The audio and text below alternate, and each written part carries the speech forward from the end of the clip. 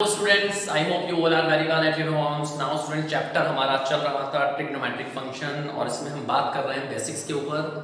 तो previous video में हमने देख लिया था साइंस ऑफ ट्रिग्नोमेट्रिक फंक्शन, किस क्वाड्रेंट में किस ट्रिग्नोमेट्रिक फंक्शन का क्या साइन होता है, याद है ना? ऐड शुगर टू कॉफी या आफ्टर स्कूल टू कॉलेज, उसके अकॉर्डिंग हमने बात की थी। आज बात करेंगे डोमेन, रेंज इन कोडोमेन के ऊपर, ठीक है? और काफी बेसिक टर्म है, काफी यूज आएगा, ये 11th में तो आएगा ही आएगा, as well as class 12th में भी काम आएगा। Domain, range and codomain. Even हम जब फर्स्ट सेकंड चैप्टर पढ़ेंगे, सेकंड चैप्टर में फिर से आएगा डोमेन और रेंज वगैरह, तो यहीं पे डिस्कस कर लेंगे एक्चुअल में होता क्या है डोमेन, रेंज और कोडोमेन। तो मैं आपको एक्सप्लेन करता हूँ एक डेली लाइफ एग्जाम्पल से, ठीक है? छोटा सा एग्जाम्पल लेते हैं। सपोज मान लीजिए हमारे पास कोई मशीन है, सपोज ये कोई मशीन है जो प्लास्टिक टॉयज बनाएगी। क्या बनाएगी? Plastic toys. कोई मशीन है जो कि प्लास्टिक के टॉय बना के हमें देगी। देन ऑब्वियसली मैं इसको जो इनपुट दूंगा, प्लास्टिक दूंगा, मतलब इनपुट में हम इसको क्या देंगे? इनपुट में हम इसको देंगे प्लास्टिक, क्योंकि भाई प्लास्टिक बनाने की मशीन है ना, तो प्लास्टिक देंगे। प्लास्टिक इसके अंदर जाएगा, प्रोसेसिंग होगी और बदले में ये हमें क्या बना के दे देगा? प्लास्टिक के टॉयज बना के दे देगा। सपोज इसने हमें आउटपुट दिया, लेट्स से इसने हमें प्लास्टिक रेट बना के दिया, सपोज प्लास्टिक। अच्छा, जब हमने इसके अंदर प्लास्टिक एंटर करवाई, प्लास्टिक इसके अंदर हमने एंटर करवाई, तो हम ये सोच रहे हैं कि हमें क्या क्या आउटपुट्स मिल जाएंगे, मतलब हमारी एक्सपेक्टेशन क्या है, ठीक है? तो सपोज हमें लगा कि भाई प्लास्टिक का रेट मिल गया, या सपोज प्लास्टिक का हॉर्स मिल गया, प्लास्टिक हॉर्स मिल गया। सपोज हमें प्लास्टिक कैट मिल गई, ठीक है? प्लास्टिक कैट है, या सपोज मान लो प्लास्टिक की डॉल मिल गई। सपोज ये हमारी एक्सपेक्टेशन है। भाई जब प्लास्टिक अंदर गया तो हमें तो पता नहीं है ना कि भाई कौन कौन से टॉयज बना के देगी, तो हम बाहर बैठ के क्या सोच रहे हैं कि अच्छा हमें प्लास्टिक रैट मिलेगा, प्लास्टिक हॉर्स मिल जाएगा, प्लास्टिक कैट मिल जाएगी, प्लास्टिक की डॉल मिल जाएगी। ये हमारी एक्सपेक्टेशन है, ठीक है? अब इस एग्जांपल का डोमेन, कोडोमेन और रेंज, इनसे क्या लेना देना है, तो सुनिएगा ध्यान से। हमने जो इनपुट दिया है वो कहलाता है डोमेन, और इनपुट भी कौन सा? वैलिड इनपुट, परमिसिबल इनपुट इसको हम कहते हैं, या यूं कह लो नॉर्मल आप वैलिड इनपुट। तो जो आप वैलिड इनपुट देते हैं, क्या देते हैं? वैलिड इनपुट जो आप देते हैं वही कहलाता है डोमेन, ठीक है? अब जब हम बाहर बैठे थे तो हमारी एक्सपेक्टेशन क्या थी? ये 4 टॉयज। तो ये जो हमारी एक्सपेक्टेशन है एक तरीके से, ये कहलाता है कोडोमेन। क्या कहलाता है? कोडोमेन। तो मैं लिखता हूं एक्सपेक्टेशन, ठीक है? हमारी एक्सपेक्टेशन क्या है, उसको हम कहेंगे कोडोमेन। अब सपोज मान लो कि जब हमने प्लास्टिक एंटर करवाई तो एक्चुअल में जो आउटपुट मिला, सपोज वो हमें ये 2 आउटपुट मिले। एक्चुअल में मशीन ने हमें 2 आउटपुट प्रोवाइड करे, और वो 2 आउटपुट कौन से हैं? Plastic rat, plastic horse. तो जो एक्चुअल आउटपुट होता है वो कहलाती है रेंज। एक्चुअल आउटपुट लिख रहा हूं मैं, जो एक्चुअल आउटपुट है वो क्या कहलाता है? रेंज। बात समझ में आई? अब मैं आपसे कहूं कि इस मशीन को आप आयरन इनपुट करवाओ, लोहा, तो क्या लोहा इनपुट हो जाएगा इस मशीन में? नहीं होगा, मशीन खराब हो जाएगी, हमारी नुकसान हो जाएगा लाखों का, ठीक है? तो क्यों? क्योंकि भाई मशीन जो है वो प्लास्टिक पे वर्क करती है, तो इसको मैं लोहा कैसे दूं, आयरन कैसे मैं इसमें इनपुट करवा दूं? तो जो आयरन है वो वैलिड इनपुट नहीं है, इसलिए हम उसको डोमेन नहीं मानेंगे, वो डोमेन नहीं माना जाएगा, बिकॉज वो वैलिड इनपुट नहीं है। बात समझ में आई? ठीक है? तो इनपुट भी कौन सा? जो वैलिड, जो आप दे सकते हो, ठीक है भाई? तो वो कहलाता है डोमेन। और जो एक्चुअल में जो हमारी एक्सपेक्टेशन होती है कि हम सोच रहे हैं कि भाई अच्छा हमें ये सब मिल जाएगा, वो सारा का सारा क्या कहलाता है? कोडोमेन कहलाता है। और जो एक्चुअल में वैल्यू मिलती है, एक्चुअल में जो आउटपुट मिलता है वो कहलाती है हमारी रेंज। अब यहां पर एक चीज नोटिस करने वाली है, आप गौर से देखो, जो रेंज है वो कोडोमेन में से तो निकल के आई है। जो रेंज है, ये जो रेंज है एक कोडोमेन का ही तो हिस्सा होती है। Range is the part of codomain. तो जब आप चैप्टर पढ़ोगे, फर्स्ट चैप्टर सेट्स, उसमें आपको बताया जाएगा सेट्स क्या होता है, सबसेट क्या होते हैं, ठीक है। अभी वो हमने नहीं पढ़ा है, बट आप याद रखें अभी कि रेंज जो है वो कोडोमेन में से ही निकल के आई है। That's why range is the subset of codomain. Range क्या है? Range is subset of codomain. ये जो सिंबल है ये सबसेट का सिंबल होता है, फर्स्ट चैप्टर में आएगा, जब मैं पढ़ाऊंगा, जब आपको बताऊंगा इसका पूरा मीनिंग, ठीक है। बट आप याद रखें ये क्या है? Range is the subset of codomain. हालांकि इस चैप्टर में कुछ काम नहीं आएगा, बट मैंने आपको बता दिया। तो आई होप आपके ये तो समझ में आ गया होगा कि डोमेन, कोडोमेन और रेंज का मीनिंग क्या है, ठीक है। ये मैंने डेली लाइफ के अकॉर्डिंग बताया है। अब इस पे अपन बात करते हैं थोड़ी सी मैथमेटिक्स पर। जो हमारा चैप्टर चल रहा है ट्रिग्नोमेट्रिक फंक्शन, तो ट्रिग्नोमेट्रिक फंक्शन में जो हमारे पास ट्रिग्नोमेट्रिक फंक्शंस हैं उनका भी कुछ डोमेन होता है और कुछ रेंज होती है। तो इसमें हम बात करेंगे डोमेन पे और रेंज पर, ठीक है। तो देखिएगा ध्यान से, इसको मैं हटा रहा हूं यहां से। ये सिर्फ इसलिए बताया था ताकि आपको क्लियर हो जाए कि डोमेन का एक्चुअल में मतलब क्या होता है और रेंज का मतलब क्या होता है। सुनिएगा ध्यान से।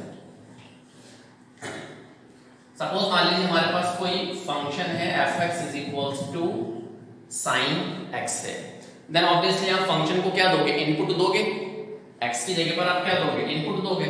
तो जो x आप इधर दोगे वही x यहां पर देना पड़ेगा। तो बदले में आपको क्या मिलेगा? आउटपुट मिलेगा, ठीक है। तो यहां पर हम जो x की वैल्यू देते हैं, ये जो x की वैल्यू देते हैं ये कहलाता है डोमेन। मतलब ये वैल्यू आप डोमेन में से दोगे। तो साइन x के लिए जो डोमेन होता है वो होता है ऑल रियल नंबर।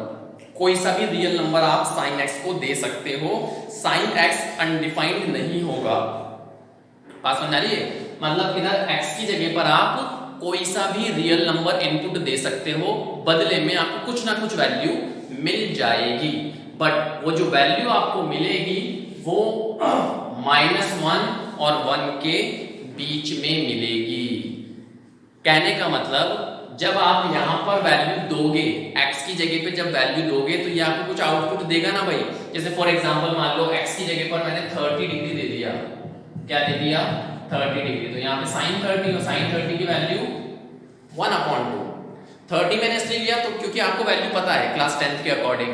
तो sin 30 कितना हो जाएगा? 1/2। अब आप देखो 1/2 ये इसमें लाई करेगा ना भाई, -1 और 1 के बीच में कहीं ना कहीं मिलेगा आपको हाफ। यहां पर की एक चीज मैं आपको बता दूं स्टूडेंट्स, हालांकि फर्स्ट चैप्टर में आएगा, ब्रैकेट्स में भी हमारे पास टाइप्स हैं। ये जो ब्रैकेट है हमारे पास, या ये जो इंटरवल है, इसको हम कहते हैं क्लोज्ड इंटरवल। क्लोज्ड इंटरवल का मतलब 1 और -1 ये दोनों इंक्लूडेड हैं। मतलब sin x को जब आप इनपुट दोगे तो आपको 1 वैल्यू मिल सकती है और -1 भी वैल्यू आपको मिल सकती है, और इनके बीच में कोई सा भी रियल नंबर आपको मिल सकता है। एंड आई होप आपको पता है दो नंबर के बीच में इनफाइनाइट रियल नंबर्स होते हैं। तो इन दोनों के बीच में इनफाइनाइट नंबर्स हैं। बात समझ आ रही है? अब ब्रैकेट कौन सा है? स्क्वायर ब्रैकेट है, मतलब ये क्लोज्ड इंटरवल है। तो इसमें आप 1 और -1 दोनों को इंक्लूड करके चलेंगे। मतलब sin x को जब इनपुट दिया जाएगा, x की जगह पे जब वैल्यू दी जाएगी और वैल्यू आप डोमेन में से देंगे, मतलब आप कोई सा भी रियल नंबर आप दें, तो बदले में जो आपको आउटपुट मिलेगा वो इसके बीच में मिलेगा। जैसे मैंने यहां पर आपको बताया fx is equals to sin x है, x की जगह पर हमने 30 डिग्री दिया, तो sin 30 दैट इज 1/2, और 1/2 जो है वो इसकी रेंज में ही बिलोंग करता है। बात समझना आ गई अच्छे से? तो हम जो इनपुट देते हैं वो डोमेन कहलाता है और बदले में हमें जो वैल्यू मिलती है वो रेंज कहलाती है। क्लियर है अच्छे से? तो ये सारे जितने भी ट्रिग्नोमेट्रिक फंक्शंस हैं हमारे पास, उनके लिए डोमेन और रेंज मैंने यहाँ पर चार्ट बनाया हुआ है। इन पे अपन एक एक करके अभी बात करेंगे, ठीक है। सुनिएगा ध्यान से। sin x के लिए डोमेन क्या है? ऑल रियल नंबर, कोई सा भी रियल नंबर आप दो, बदले में आपको क्या मिलेगा? -1 और 1 दोनों भी -1 भी मिल सकता है, 1 भी मिल सकता है, और इनके बीच में कोई सा भी वैल्यू मिल सकती है। सिमिलरली cos x के लिए भी सेम है। cos x के लिए भी डोमेन क्या है? ऑल रियल नंबर, और रेंज क्या है? -1 से 1। अगेन वैल्यू जो मिलेगी आपको बदले में या तो 1 मिल सकती है या -1 मिल सकती है, इनके बीच में कुछ भी मिल सकता है। और अगर आपको याद हो, वैसे तो याद नहीं होगा, बट मैं बता देता हूं आपको। देखिए साइन एक्स का जो ग्राफ होता है, क्या साइन एक्स और कॉस एक्स के जो ग्राफ हैं, तो देखिएगा ध्यान से, साइन एक्स का जो ग्राफ है, ये अपन बात कर रहे हैं साइन एक्स के लिए, इसका ग्राफ समवॉट कुछ ऐसा होता है।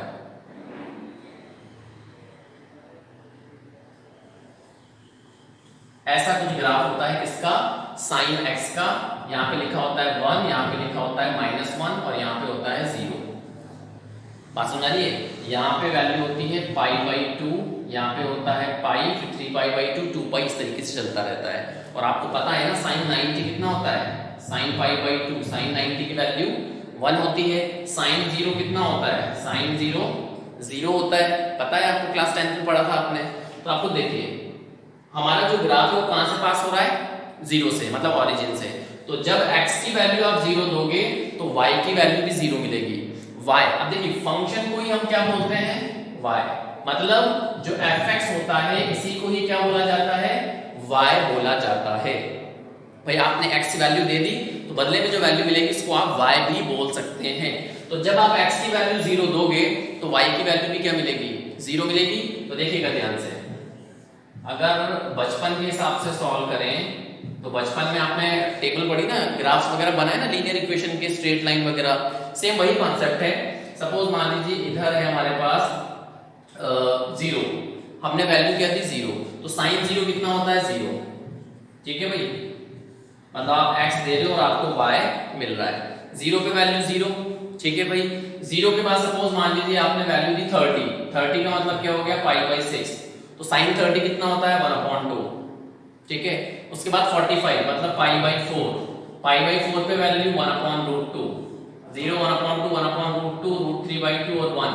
याद आ रहा है कुछ, क्लास 10 में पढ़ी थी वैल्यूज। 45 के बाद अगला कौन होता है, 60, दैट मींस π/3, देन π/2। तो ये सपोज x है और ये y है, तो x की वैल्यू 0 पे y क्या मिलेगा, 0। तो x की वैल्यू 0 पे y क्या मिलेगा, 0। जब x की वैल्यू आप π/6 30 डिग्री देंगे तो वैल्यू कितनी मिलेगी, 1/2।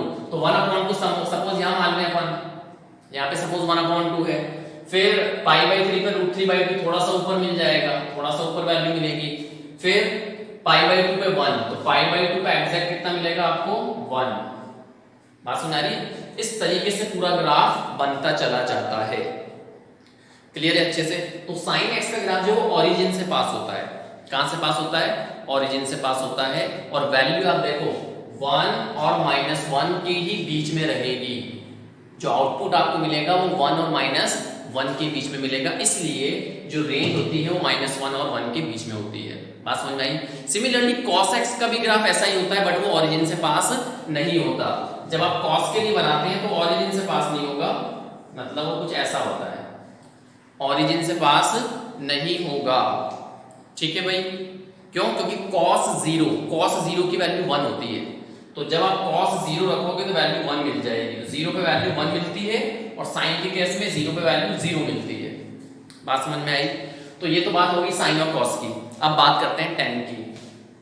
तो देखिएगा भाई, tan के अंदर जो डोमेन है वो लिखा हुआ है r-2n+1 π/2। अब इसका क्या मतलब है, सुनिएगा ध्यान से। अच्छा स्टूडेंट देखो, ये सब ना हमारा बेसिक चल रहा है, एक्चुअली आपसे कोई पूछेगा नहीं, बट ये 12th में काम आएगा, आपके क्लास 12th में काम आएगी बेसिक चीजें आपकी। ठीक है, अभी तक हम क्वेश्चंस के ऊपर नहीं आए, पहले मैं आपको पूरा बेसिक समझाना चाह रहा हूँ, फिर क्वेश्चन आपको बहुत फटाफट समझ में आ जाएंगे। ठीक है, तो पहले बेसिक कंप्लीट कर ले हमारा पूरा, क्योंकि 12th में तो काम आना ही है, ये सब आएगा 12th में दोबारा से। और अगर ये चीज वीक रह गई, ये कॉन्सेप्ट्स अगर आपके वीक रह गए, तो 12th में बहुत परेशानी आपको उठानी पड़ेगी, क्योंकि 12th में भी चैप्टर पढ़ोगे आप इनवर्स ट्रिग्नोमेट्रिक फंक्शन, वहां पर फिर से पढ़ोगे डोमेन रेंज। तो अगर आपको ये क्लियर है तो आप 12th का इनवर्स ट्रिग्नोमेट्रिक फंक्शन समझ पाओगे। बात समझ आ रही है? इसलिए इसको ध्यान से गौर से समझते चले। चलिए भाई, अब बात करते हैं tan x पे। तो सुनिएगा भाई, tan x, suppose fx is equals to क्या है, tan x, and we know that tan x is equals to sin x upon cos x, यही होता है। अब आप खुद देखिए, डिनोमिनेटर में कौन है, डिनोमिनेटर में cos x। x का मतलब क्या है यहाँ पर, कि x की वैल्यू आप डोमेन में से दोगे। अब आप खुद देखो, आपको पहले से पता है कुछ भी अगर अपॉन में जीरो है तो इन्फिनिटी मतलब अनडिफाइंड हो जाएगा। जब भी डिनोमिनेटर में जीरो मिले आपको तो आप समझ जाएंगे फंक्शन आपका क्या हो जाएगा, अनडिफाइंड हो जाएगा। समझ में आ रही है बात? तो डिनोमिनेटर में जीरो नहीं आना चाहिए। अगर डिनोमिनेटर जीरो हुआ दैट मींस फंक्शन अनडिफाइंड।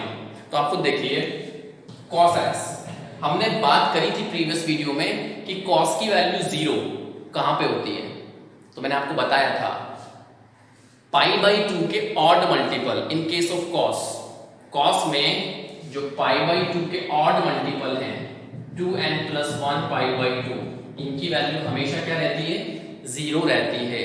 अब यहाँ पे अपॉन में कौन है, cos x।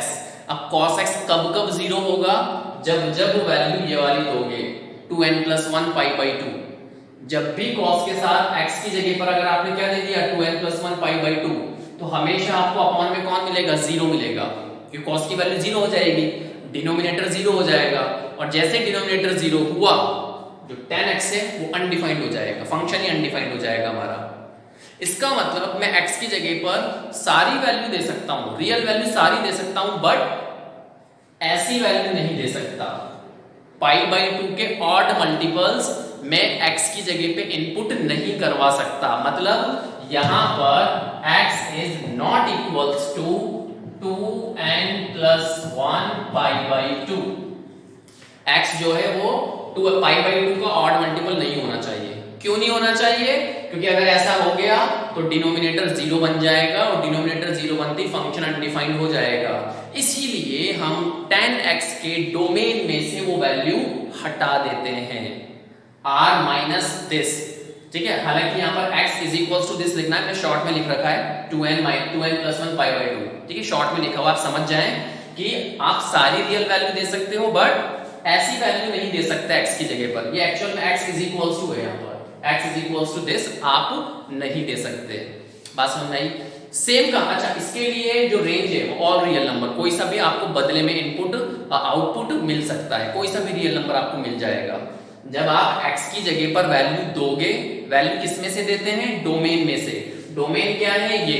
तो जब आप x की वैल्यू इसमें से कुछ उठाकर दोगे तो जो बदले में आपको आउटपुट मिलेगा वो कोई सा भी रियल नंबर मिल सकता है। बात समझ में आ रही है अच्छे से? ठीक है भाई। अब cot x की बात करें तो cot x क्या होता है, cot x होता है cos x upon sin x। और हमने प्रीवियस वीडियो में देखा था sin n pi is equals to 0। sin n pi 0 होता है, बताया था ना, पाई 2 पाई 3 पाई sin 4 पाई sin 5 पाई sin 6 पाई सारे 0 होते हैं। तो आपको देखिए अगर x की वैल्यू n पाई हो गई तो sin n पाई 0 हो जाएगा, और डिनोमिनेटर 0 होती है फिर फंक्शन अनडिफाइंड। इसका मतलब x जो है वो n पाई नहीं होना चाहिए। क्यों नहीं होना चाहिए, क्योंकि अगर x की वैल्यू n पाई हो गई मतलब डोमेन में से अगर आपने n पाई दे दिया तो sin n पाई 0 और डिनोमिनेटर 0 होती फंक्शन अनडिफाइंड। ठीक है, इसीलिए हम डोमेन में से मतलब रियल नंबर में से क्या हटा देते हैं, x is equals to n pi हम हटा देते हैं, क्योंकि अगर n पाई दे दोगे तो ऑब्वियसली बात है फंक्शन अनडिफाइंड हो जाएगा हमारा। तो इसलिए डोमेन में वो वैल्यू एग्जिस्ट नहीं होनी चाहिए, n पाई वाली नहीं आना चाहिए। और रेंज जो है वो ऑल रियल नंबर, कोई सा भी रियल नंबर आपको मिल सकता है। sec की बात करें तो वही चीज है, sec क्या होता है, sec होता है 1 अपॉन cos। अब आपका अपॉन में कौन है, cos, जैसे यहाँ पे कौन था अपॉन में cos x, यहाँ पर भी अपॉन में cos x है, देन ऑब्वियसली x क्या नहीं होना चाहिए, 2n+1 पाई बाई 2 नहीं होना चाहिए।